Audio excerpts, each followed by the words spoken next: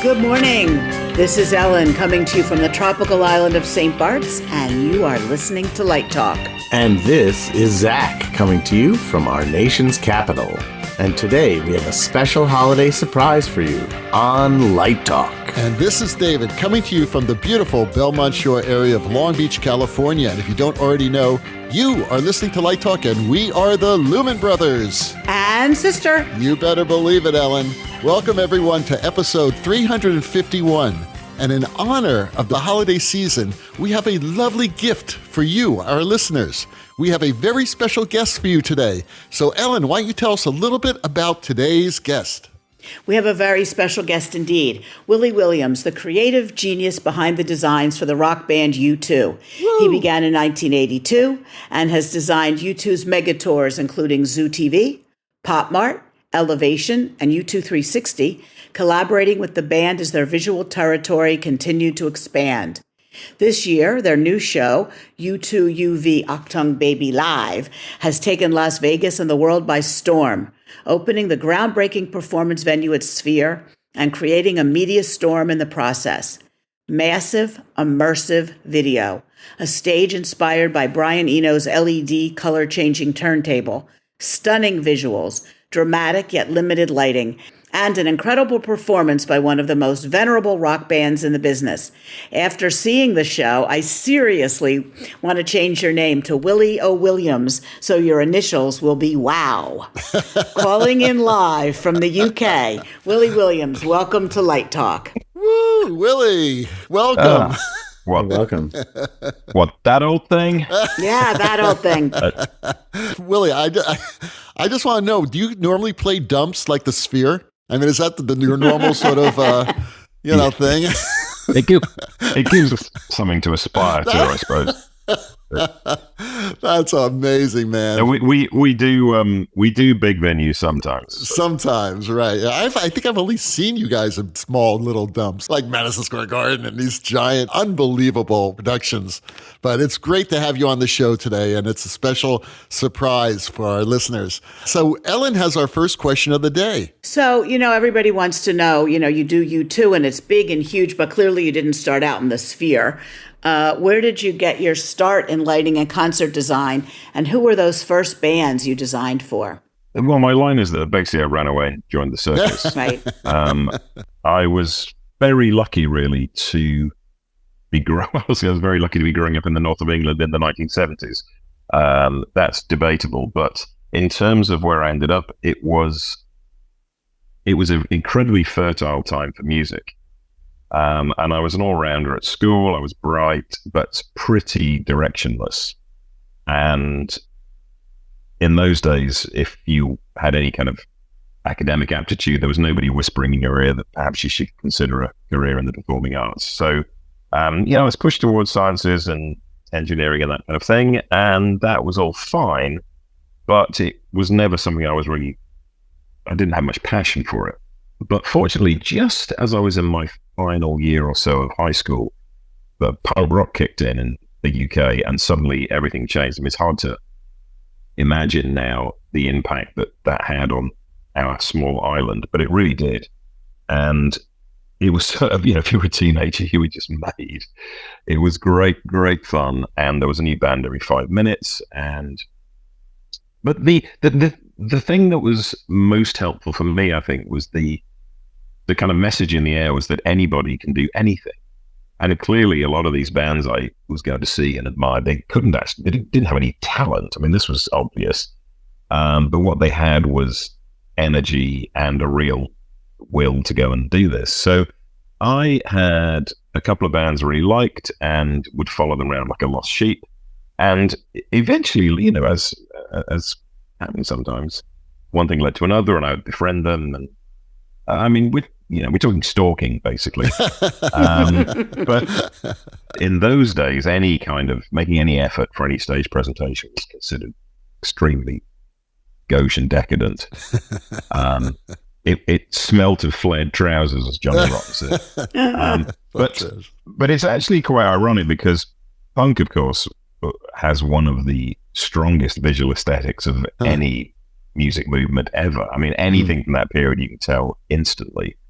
So there was a bit of a dilemma, and a lot of it was put together by art school people anyway. So it did ride this line between kind of playing at it and meaning it.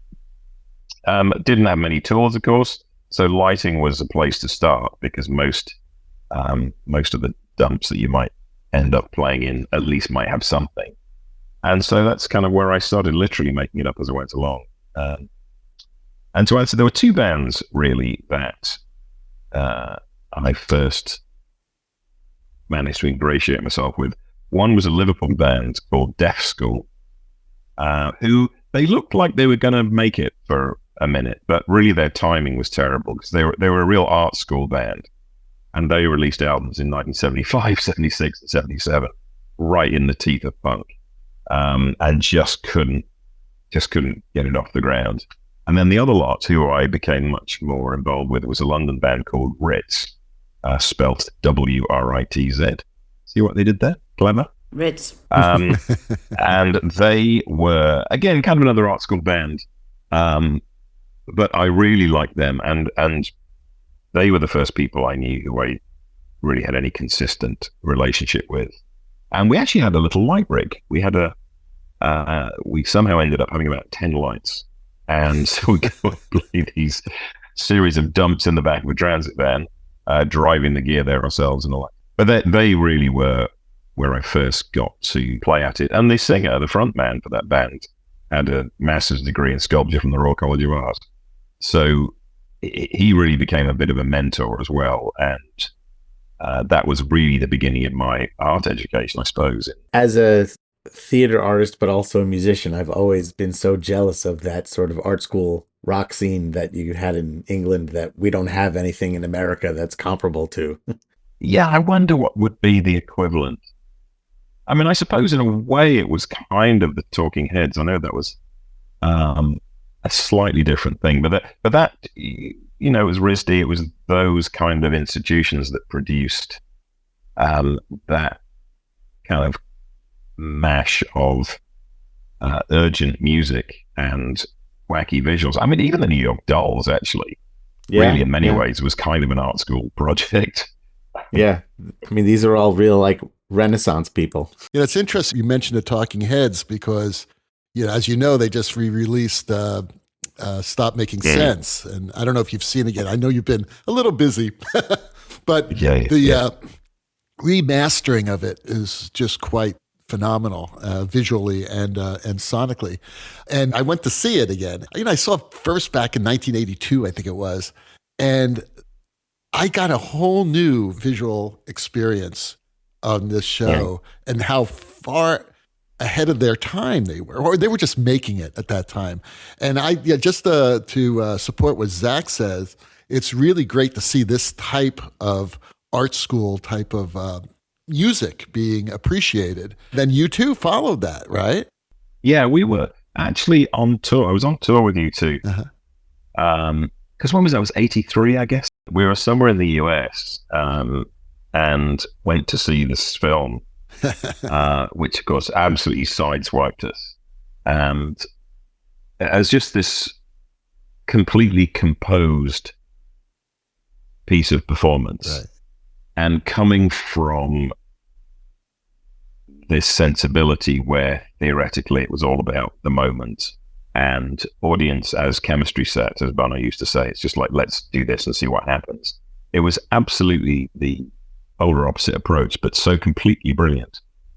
It's still, I mean, I'm very, very familiar with that movie because it's endlessly inspiring. And when we shot the Rattle and Hum movie for the color section at Sun Devil Stadium, the DP was Jordan Cronenweth, who was the DP for Stop Making Sense, and that was like meeting God. It was very interesting. And there is one thing though, and the thing that's so clever, and I learned so much about visual perception from it, is I'm about to destroy that movie for you forever.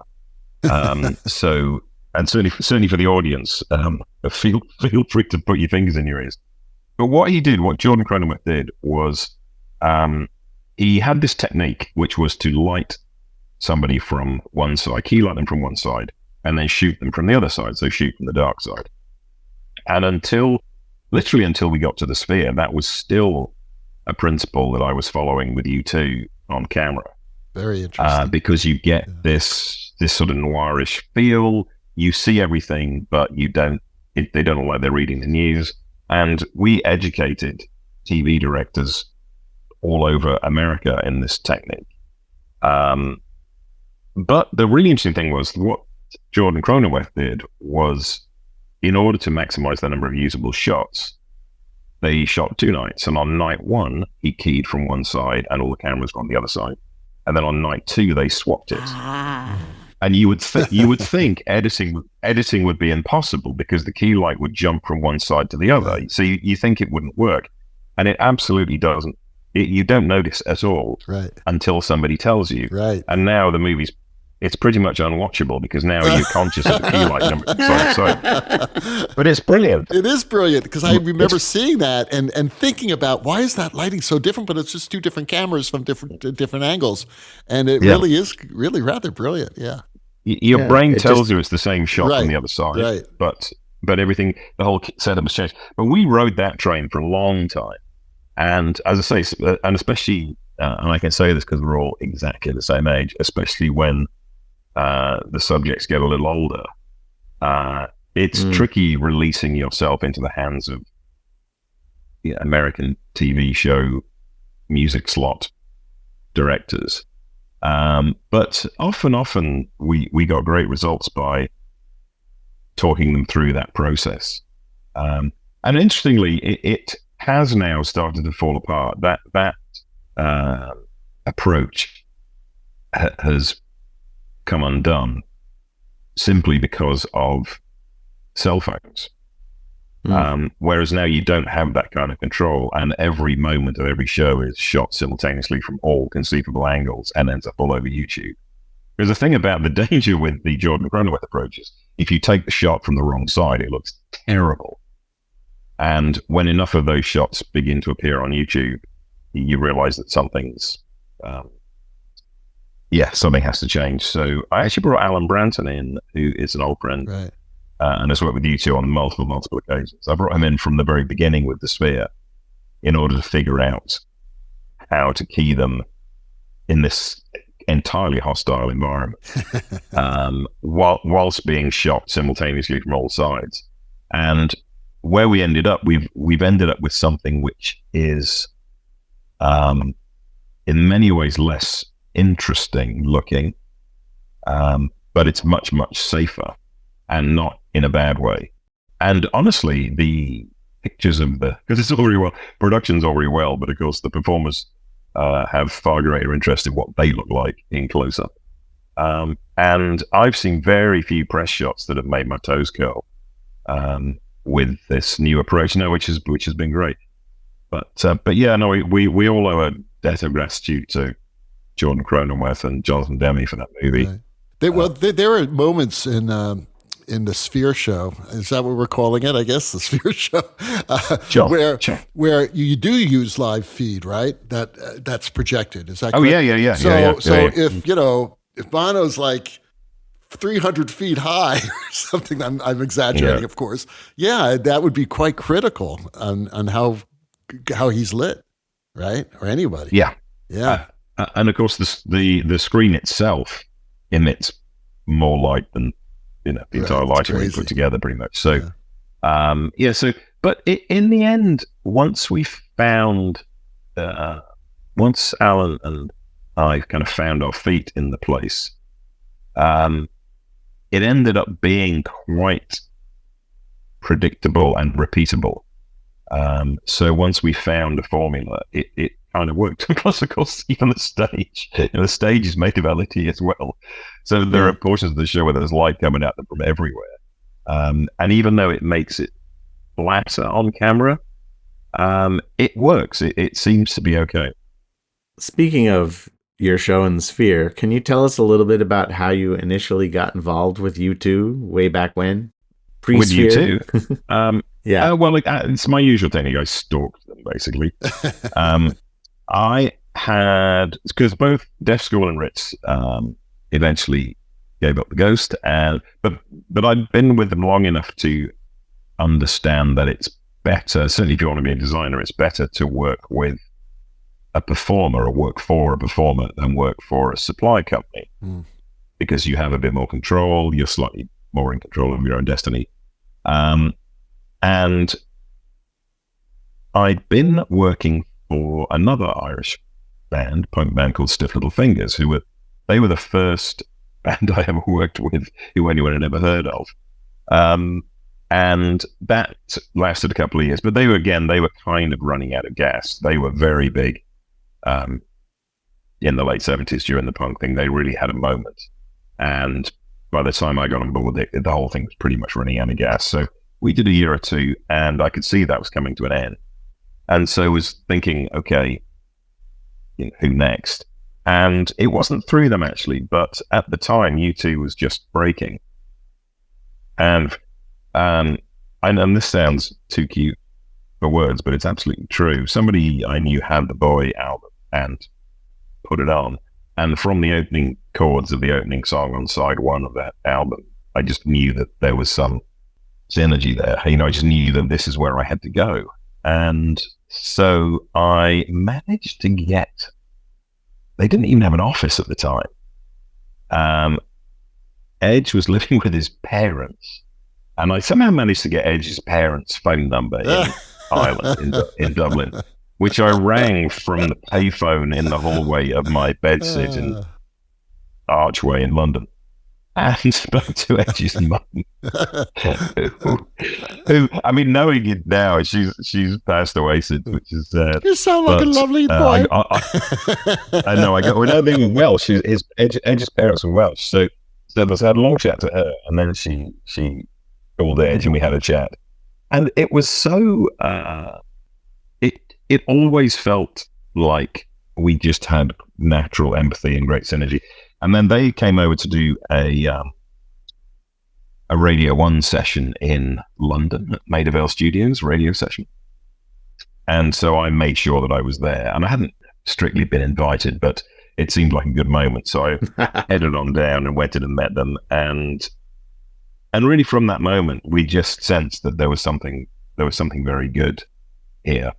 And they were about to go on tour with the War album. And so off I went and never looked back. And then the sort of big part of that year, though, was really when they had their crack at America, and we were over there for months and months and months doing on the coasts, doing, we did Boston Orpheum, we did good sized colleges across American Midwest. Boy, just bars and tiny places. There you go. So it was a bit of a bond. It was a bit of a bonding experience. But just the excitement of it. And then they did the US Festival. Remembers the US Festival? Oh yeah, where they were like 10th on the bill, broad daylight. And I think that's really what got that. And Red Rocks. When they played Red Rocks, that was that same tour. You talk about synergy. That's really interesting because I talk about that a lot in my classes. It really is kind of a special relationship that you have to have with your artistic collaborators. It doesn't happen all the time, does it? Not at all. In fact, very, very. Because I think even though I've been doing this for a long time and I've done big things and all that kind of thing, I haven't had that many clients really. Compared to like a big agency or something, and it's to do with that really. I'm only interested in people with whom there is that kind of synergy, and with you too. It's funny, we've fused at the hip now, so it's hard to sort of unpick it. But it was only going forward that it turns out we're from very similar kind of social strata, if you like, when very similar backgrounds, even though they were growing up in Dublin. Dublin in the 70s was not terribly dissimilar to the north of England, culturally, certainly. And when we we're looking at 10 Cedarwood Road, which is the house I grew up in, and that became central to a few things. I worked a lot with the images of the street and the house, and it's looked exactly like the house I grew up in. And he grew up without a mother pretty much since he was a teenager. I grew up without a father, and there were just lots and lots of crossovers. And the understanding, I think, of the cultural impact of that time really helped because we just had a lot of natural empathy. And it's not always the case, but I've found the people that I have longer relationships with, it's either, like I said, a cultural thing or an age thing, but sometimes it's just what you're interested in. My newest client is a woman called Rebecca Taylor, who performs under the name of Self-Esteem. And Sam Pattinson, who is my partner at Treatment, our production company, he saw her at a festival. He saw Self-Esteem at a festival, and he said to me, I think you should really go and check this out. I think this is right up your street.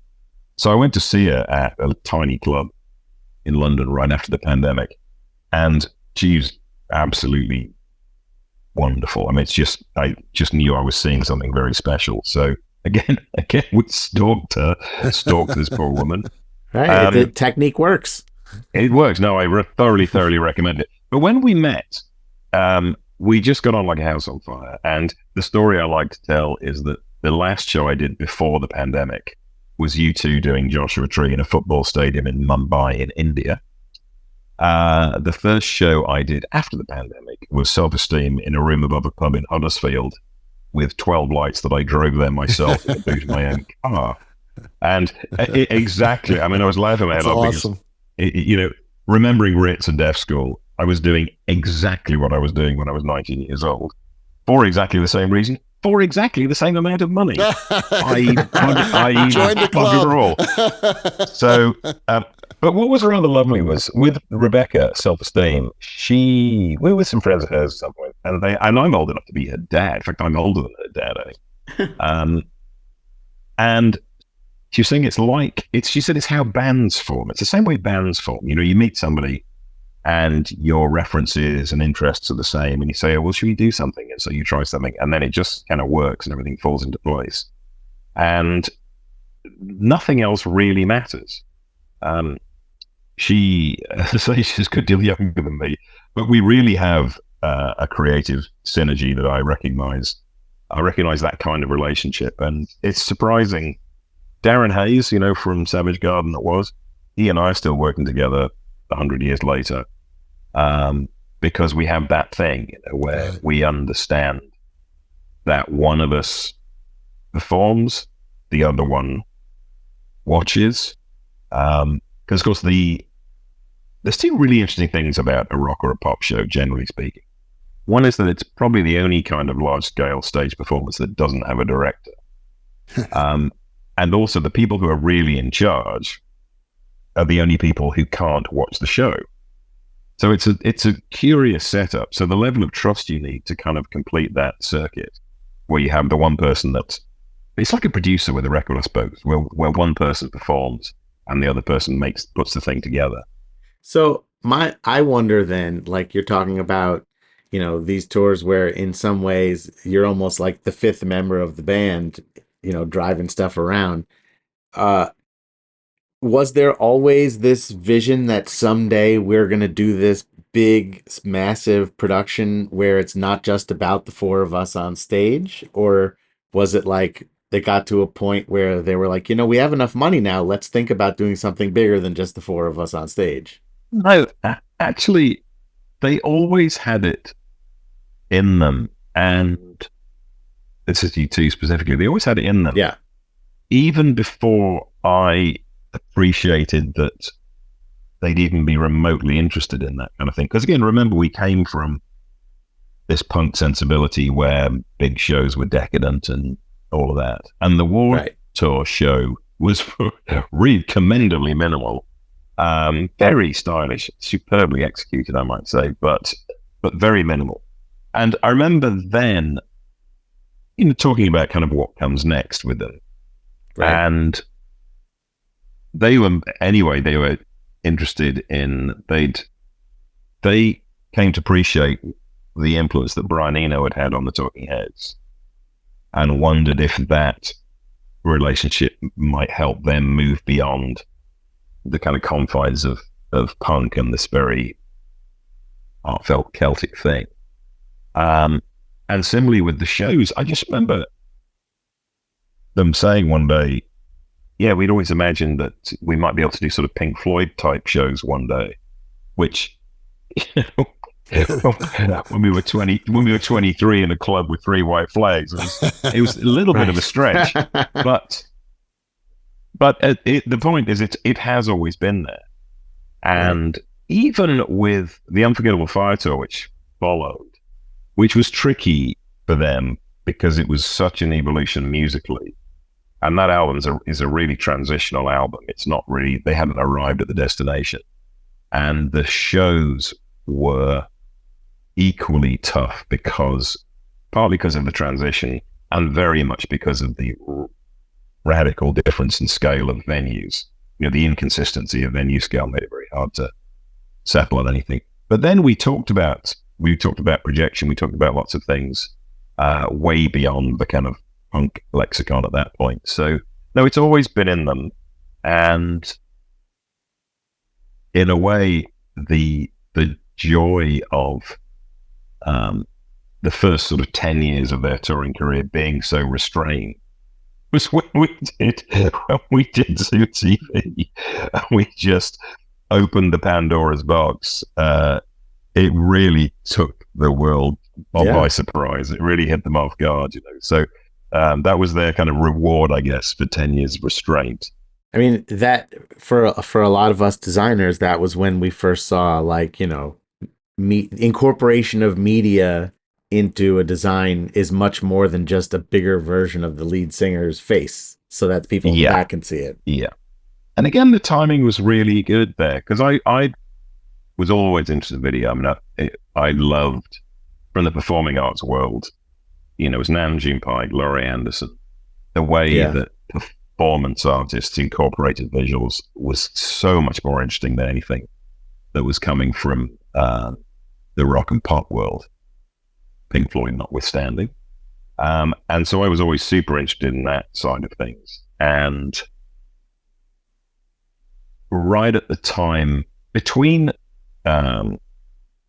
Joshua Tree and Zoo TV, there was the Rattle and Hum happened in there, but that was like a 3 or 4 year period. Yeah. And during that time, I spent that time working with David Bowie, which was a stroke of luck. And he was doing, I did the Tin Machine tours, which were, I mean, God, I think U2 played in some shitholes. He was actively seeking out the worst places he could possibly play, but also got to do the Sound and Vision tour, which was the big retrospective kind of greatest hits tour, where he had the giant projection from Edward Locke, from La La La Human Steps, and syncing pre-recorded 70mm film with live vocal, which was pretty impressive, I have to say. But that, of course, is film, and it's all pre-recorded, and there was iMag, there was a couple of iMag screens. But I'd really spent some time studying that form, and through actually YouTube management connections, I got to know the people at Nocturne Video back in the day when it was still part of the Journey empire. I actually basically went intern for them, because I really wanted to learn about how these touring systems worked. So they put me out on a tour. On my laminate, it said assistant director, but basically I was an intern / spy / stalker.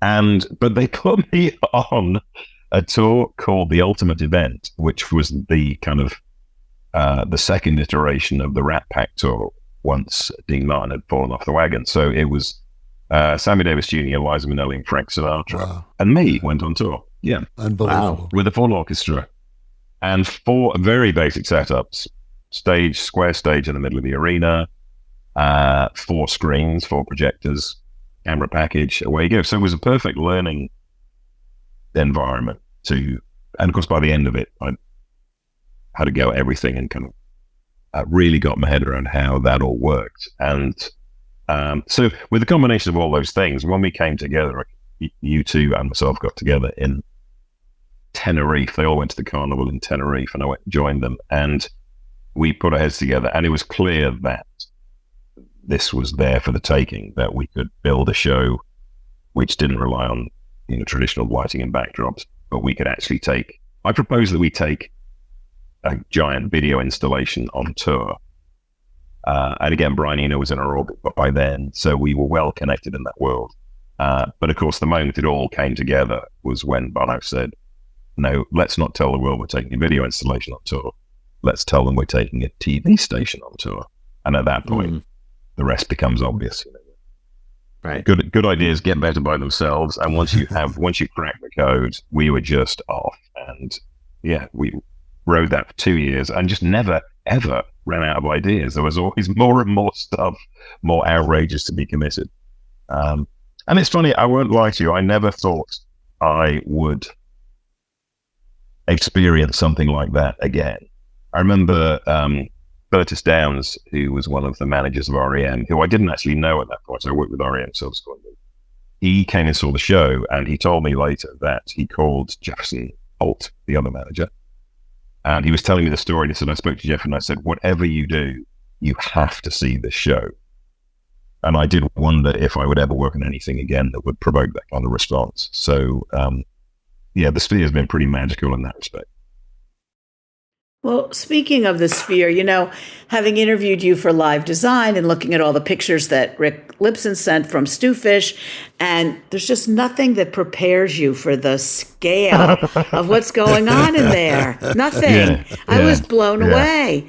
And another thing is the Claw tour, the 360 tour.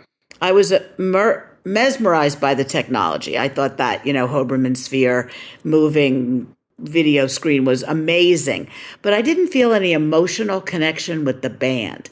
This time, I felt like Bono was singing to me personally. The iMag is 27 feet tall. I mean, the whole thing is amazing, and the way the video all comes together. Can you talk about the artistic, machine going on there?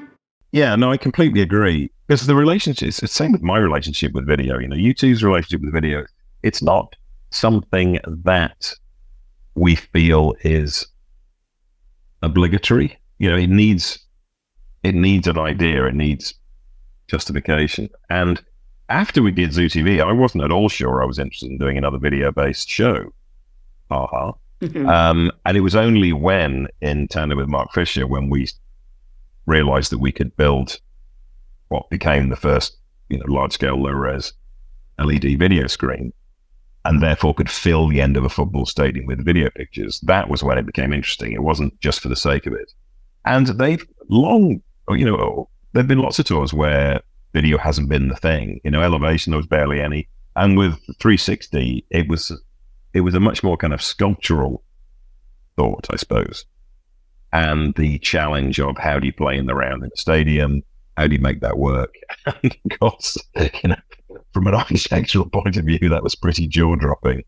But I agree, it had its moments, but it didn't necessarily serve the emotional connection as well as other setups might have done. And of course, there's lots of factors in those. It might have been the set list. Who knows what was going on in the state of the world? But I completely agree. But the magic of the Vegas show is that it seems to be, we seem to get the best of everything. And of course, a lot is to do with the sound. And to be able to perform that quietly is really remarkable.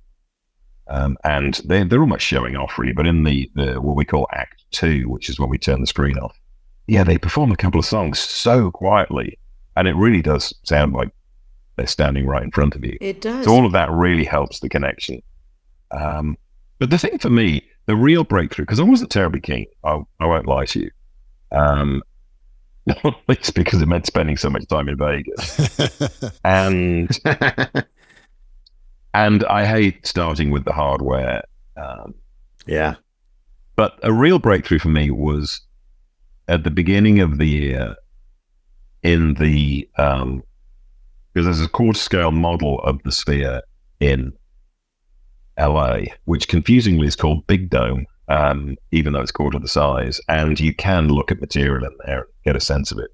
And I started to play with, instead of the big cinematic stuff that the place is designed for, I started to play with very simple graphic material, because it occurred to me that we navigate space through corners. You know the size of the room you're in because you can see the corners. And that space has no corners. In fact, not only does it not have corners, you can invent new corners of your own.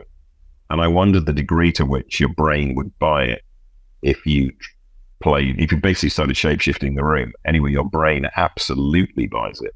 And once we got onto that tip, it was very exciting. So the whole first section, in one sense, is quite simple. The stance is quite simple now. Making it was far from simple, but the ideas are very, very simple. And I think that helps the audience come with us on the journey. It helps them comprehend the space that they're in rather than just being completely overwhelmed by it. And we had to experiment a lot with the kind of yin and yang, with the balance of spectacle versus connection and intimacy.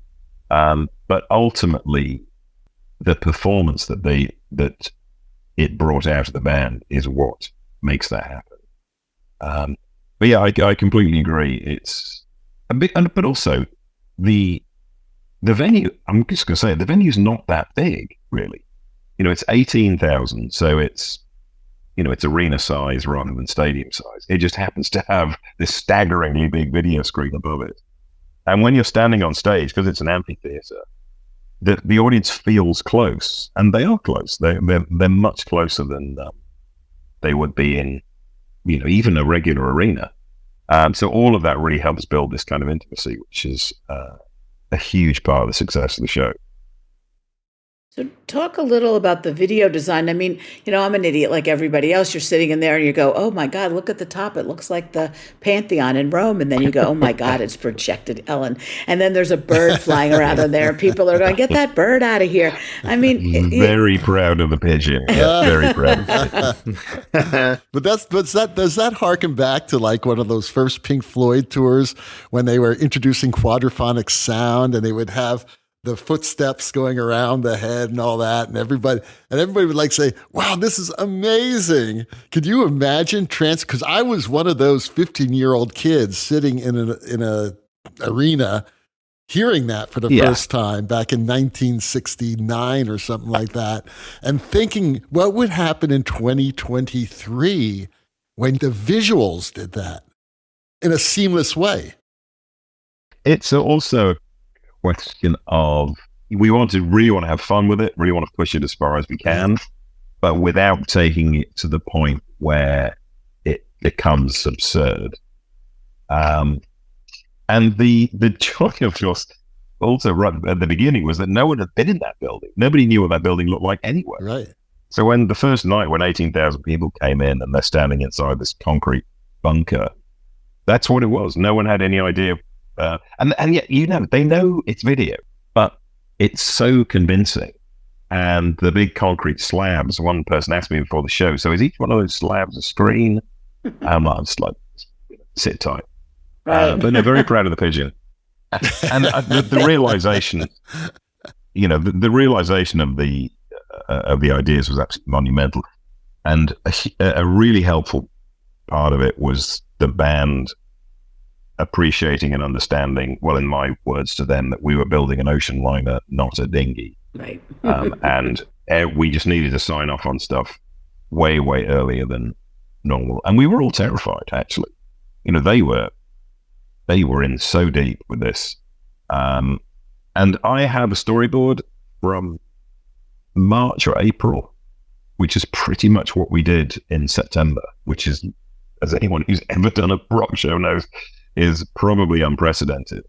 And it was a question of, I was looking for a through line, a kind of narrative through line, and a legible show, I suppose. And when we hit upon the 3-act setup, where we essentially the first part is the kind of 21st century Zoo TV, then we hit Act 2, where it all goes away and we stand on the wonderfully ambient turntable, and then the third part is the sort of cinematic stuff that the place was designed for.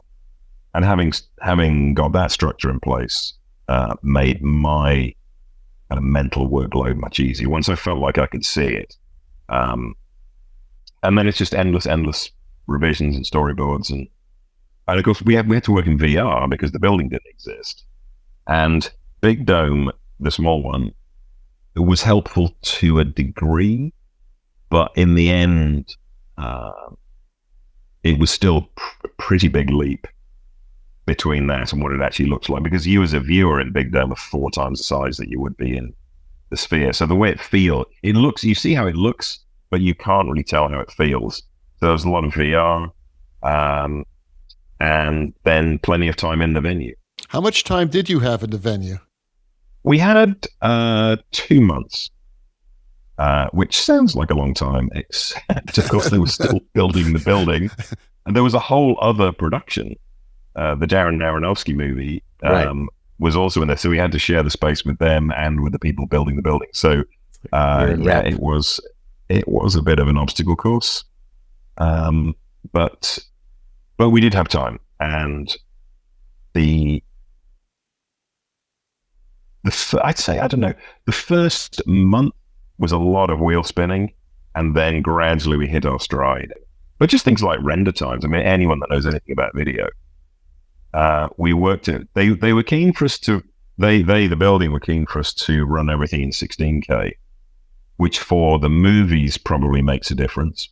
But for the graphics, the difference between 12 and 16K was not going to be noticeable. But what it did to the render times was extraordinary. And we worked out that the resolution version, a minute of content would take 2 weeks just to render, not to make. When it was done, it was a 2-week render. So that was clearly untenable. And so, you divide and conquer. There are some things, I mean, the piece, probably my favorite piece, God, that's a big claim. But the piece that Industrial Light and Magic made, which is Las Vegas unbuilding itself, that's pretty magical, and that's probably the highest resolution we go to. But you see it, you notice it there, whereas you would, like in The Fly, which is the text, you absolutely wouldn't notice. The shape shifting and all that kind of thing carries perfectly well. The extraordinary thing is somebody actually in an article or something said, and then the building opens and you see Las Vegas. And it's like, wait, but the building didn't open. It's just this, it is quite believable. Lovely. It's lovely because to begin, and again, when everybody has come to see, and even when we were rehearsing a program, we had loads of visitors. And there were people who did at least thought it was a camera outside shooting the scene of Las Vegas. But that was Bono. That was one of the very first ideas. And he was really adamant that it wasn't some kind of magical thing, that it should really look like what's actually out there. So we pointed out that the biggest thing you see is the back of the Hilton car park. But no problem. So Industrial Light and Magic recreated this multi-story car park in wonderful detail. And then, of course, the punchline is when the whole thing disassembles itself, which is pretty great. There's also that moment when the video shifts and you feel like the entire stage is moving towards you, or the seats are moving towards the stage, and you're like, wait a minute, am I really moving? No, it's the video is moving. That's a wonderful trick, too. It wasn't as bad, because we really thought we were going to have to be careful not to make people throw up, and or at least throw up due to our fault, but also up in the nosebleeds. I mean, the seats are raked. It's really, really steep. So we were concerned that if people got disorientated, it might be dangerous. But actually, it's not nearly as tricky as we imagined it might be. There was one piece which it's a thing we call the mofo chase, because it's what we did in the U2 song Mofo at the beginning of the Pop Mart tour, where everything strobes through colors, red, green, blue, yellow at high speed. And we call that a mofo chase, and have ever since. And we thought we'd got to watch the entire screen doing that, which we did. And needless to say, that didn't end up in the show.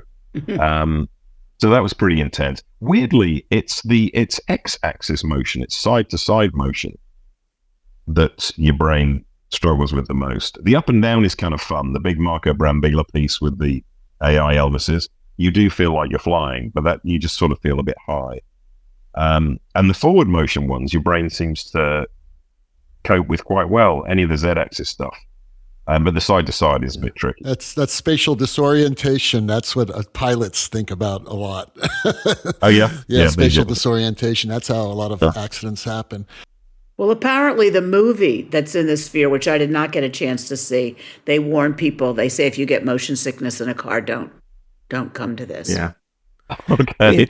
The thing that I found fascinating about the venue itself is, in many ways, it goes back to, the age-old discussion of the greatest movie of all time. I'm not saying it's the greatest movie of all time, but in the argument, there's always someone who volunteers Citizen Kane as one of the greatest movies of all time. Right. And one of the things that is so distinct about Citizen Kane is that in many of the shots, there's a ceiling. In so many movies, you don't even think about this, that whenever you see like an office, there's no ceiling. You just see, it just cuts off.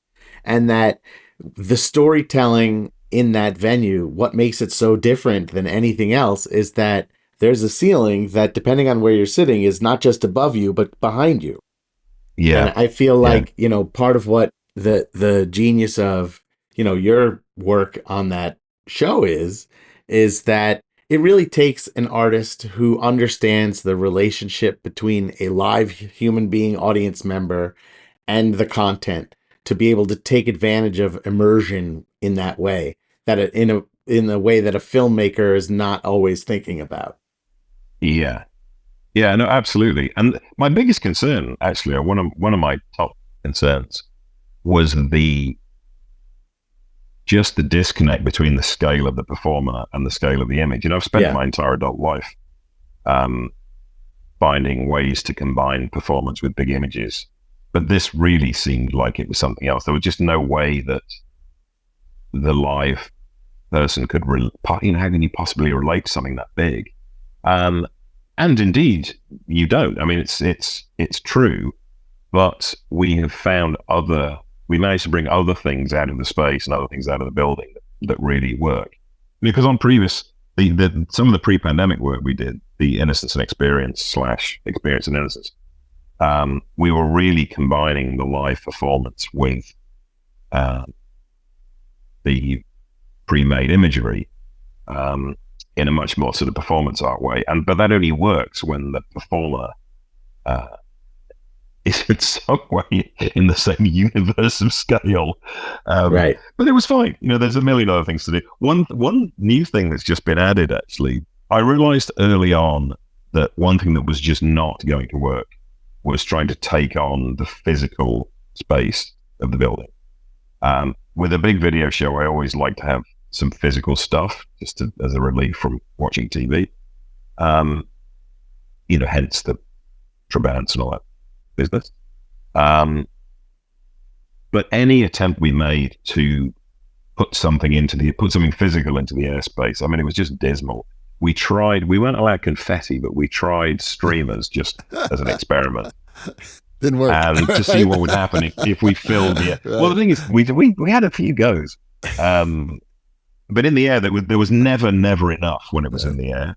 And by the time it hit the ground, there was always way, way too much. Because being a spherical space, the volume of it is absolutely vast, which you don't really take into account when you're watching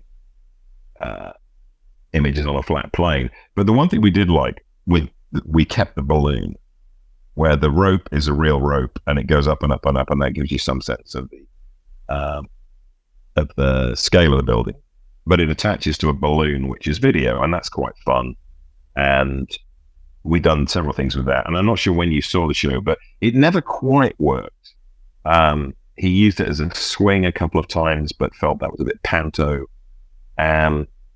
So anyway, long story short, where we've ended up now, as he walks around the stage with the balloon, underneath his feet, there's paving slabs, there's like cartoon paving slabs that walking gets him. So it gives him something to do, but it still needed a punchline, still needed a payoff.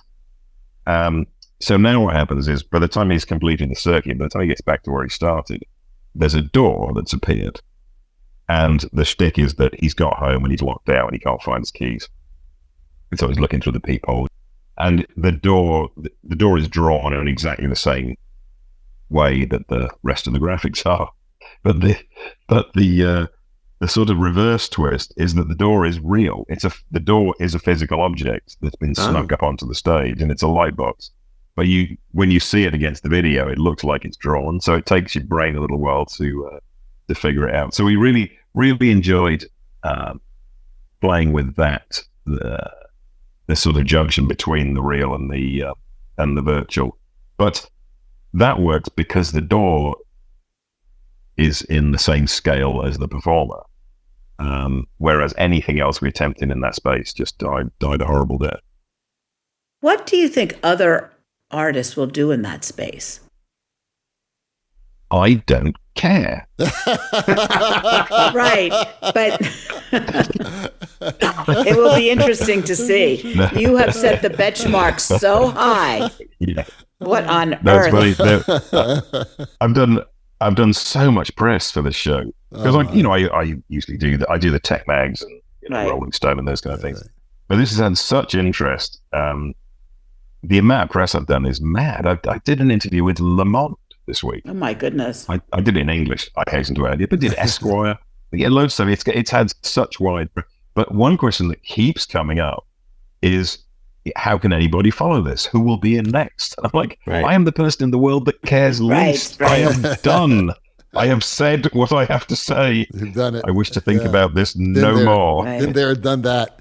The sphere, nothing, What Well, big deal. No, we'll see. It looks like Fish is next, so we'll have to see what they come up with. Yeah. Oh, I like Fish. That's the too. rumor, that's Fish the is rumor. awesome. Yeah. It's we had this thing we wanted to discuss about creativity, and I think you've already answered that question about how you keep going because you're still doing small shows with people who you love Yeah. to collaborate with, and have that synergy. That's pretty much what keeps us all going. I have a different question. I decided to throw a little curveball. You're kind of a superstar designer working with a superstar band, which means that you can pretty much get almost anything you want because the money usually is not an issue, equipment's not an issue, but creativity is always there. I mean, you've got your creativity. You are the artist. 99% of our listeners are not in your position. We are always dealing with, major financial limitations and time limitations. So I think a lot of our listeners want to know what it's like to have this type of freedom because we can only dream about it. Well, I would say in terms of the bigger shows not having the financial or time restraints of smaller shows, all I can say is I wish. No, actually, I found, I'm not being facetious. Actually, I found actually the bigger the budget, the more financial pressure there is, because there are a lot more people with opinions and a lot more people. There's a lot more at stake. And even though, obviously, on one hand, I completely take your point. If you want to invent something, I can say, "Oh, I'd like a door," and then a door appears. It's not like doing community theatre, but with the sphere, the amount of money at stake, and if it hadn't gone well, the pressure is enormous. I have always tried to delegate as much as possible, so I don't start. I don't just get the fear and drown. You have to focus on the creative. But honestly, the process is, for me, I can only speak for myself, the process isn't really terribly different. This past year or 18 months, prior to the Sphere, I was doing much smaller projects, mostly for very little money, and feel like I did some of the best work I've done in my life, really. The Darren Hayes tour was fantastic. This is Darren Hayes of Savage Garden he hadn't toured for 10 years. And we made a show and really very limited budgets, etc. And we started in Australia and took it through Europe. And then by the time we got to the US, he was playing very small places. And the principal set piece was 200 meters of peach fabric, and then, local lighting, et cetera, and a big riser. And again, absolutely down to Darren coming with me on the journey and being willing to do it, and then having the talent to pull it off. But for me, there was nothing more or less stimulating or exciting about doing that show than there was about doing the Sphere. And again, when there's less money, as I say, there's generally fewer people to deal with, which is helpful. And it's not even about quantity of equipment. I mean, I do like to say, this whole thing about having reinvented live entertainment, did it with 12 backlights, because there's absolutely nowhere to hang anything in the Sphere. And, sure, those lampposts were not entirely inexpensive, but they were the end of a long journey of figuring out how on earth we can do anything to get some backlight in there. And when I look back through, I have a PDF file called My Backlight Journey. When I look at most of the other ideas in there, I get cold sweats because most of them were terrible. And we might have done them if the cards had landed a different way. Obviously it relieves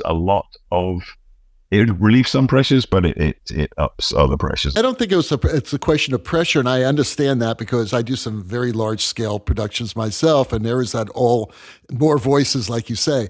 But usually you do have that financial freedom to solve problems. And again, I'm just sort of playing devil's advocate here, thinking about most of our listeners, when they, when they're talking to people like you and Mark Brickman and people like that, it is really something to aspire to, because designers who have that type of venue and that type of freedom, you are allowed to create. I mean, you are now just thinking, okay, how am I going to create this backlight? Yeah, some of it's maybe $1 million solution. Well, David, as a media designer, I can tell you the thing that I've been jealous of my whole career, for Willie in particular, is that he's in a position where if a tool doesn't exist, he can get someone to invent it for him. Whereas no matter what size Broadway show I design, they'll say, well, when U2 asks for it, we'll invent it, but we're not going to do that for you. When Willie asks for it. We should talk, Zach. We should talk. That's awesome. Well, Willie, thank you so much for being with us today. What a wonderful present to give our listeners. And this is a total surprise present, okay? We're just going to pop it on them on Saturday morning. I think this is just such an incredible hour that we've talked with you about your work. Well, they know I've enjoyed it. Thank you. Oh man, you're awesome. I just want to say that for Live Design Online, we did a webcast with Willie last week. So if anybody wants more and to see what it looks like, since this is just a podcast, some of his most extraordinary images, including him with a blonde punk haircut, can be seen at www.livedesignonline.com, and it's on demand, this webcast. So take a look. You'll get more Willie Williams. Wow, yeah. I'm going to listen to it. That's for damn sure. Well, thanks again, Willie, and we're going to have you back on the show. When you finally retire, I don't know when that's going to be. You're going to probably beat us all out. Any day now. Any day, yeah, right. Yeah, never. Not so soon, young man. Well, the rocking sounds of the Luminoids tell us that once again you've spent another morning listening to Light Talk. You can hear our show on just about every podcast site out there. Check out our website at lighttalk.org for future guests, and be sure to follow us on Facebook and subscribe to our podcast. That way you will not miss a second of Light Talk insanity. No guarantee is offered regarding the accuracy of any statements or opinions made in this podcast. However, if you do decide to litigate, the law firm of Flecht, Flocked, Flare, and Glare and their paralegal Snoot will defend us until our retirement funds are depleted. Light Talk is written and produced by the Lumen Brothers and Sister, coming to you this week from Washington, D.C., St. Bart's, Long Beach, and the United Kingdom. And be sure to join us next week when we chat about more useless things and explore the crazy shenanigans in our industry. Light Talk, broadcasting questionable Lumen knowledge and humor around the world. Happy holidays, everyone, and we'll see you next Saturday morning. Bye-bye from Light Talk. Bye-bye.